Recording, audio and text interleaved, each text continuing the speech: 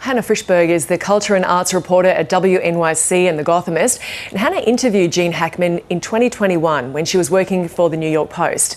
She joins us now. Hannah, thank you. And can we go to that 2021 interview first as a window into Gene Hackman's later life? This interview was conducted by email. Why was that? I reached out to PR. I had already interviewed William Friedkin, the director of French Connection, on the 50th anniversary of its release. And I was like, why not shoot my shot and see if Gene will respond to some questions? And I was shocked when his PR person did get back to me with a few original lines from him, which I think might have been the final press questions he ever answered. Yeah, and he hadn't done any press in a while at that point, had he? No, it had been about a decade since he'd done anything. And so now with news of his death, the circumstances are unusual. What is the latest in terms of what we know and what police are saying? They've ruled out carbon dioxide, which is what my mind originally went to when I heard they had died and were found decomposed in different rooms in the home. And yeah, an investigation is ongoing. They've found pills inside of the house. It's very unclear. Hackman loved the art of acting, but he didn't like the fame side of it, did he? Can you tell us about that? Yeah, he retired from the acting world at his peak in the early 2000s, and he could have by all means kept going, and instead he went and he lived a quiet life in Santa Fe, writing novels and painting. And he did find acting later in life than most, but he had early success with it, didn't he? He did.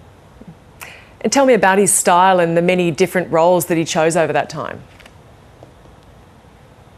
He was an incredibly, diverse actor. It was an amazing and prolific career. I personally love him in Cisco Pike, 1971. Not his best-known film, but one I really enjoyed.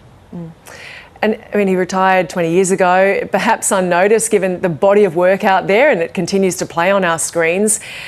What do we know of his life from that point with his wife, Betsy Arakawa?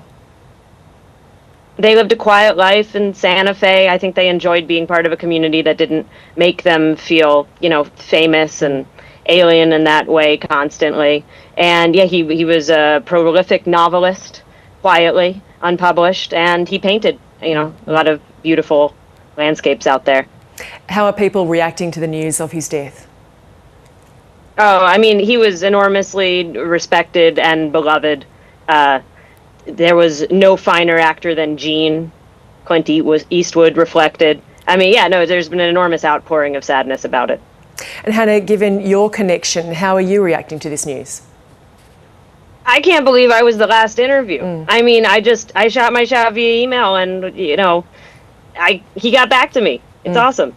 Yeah, a lot of reflection there. Hannah Frishberg, the culture and arts reporter at WNYC and The Gothamist. Thank you so much for speaking with us. Yeah, thanks for having me.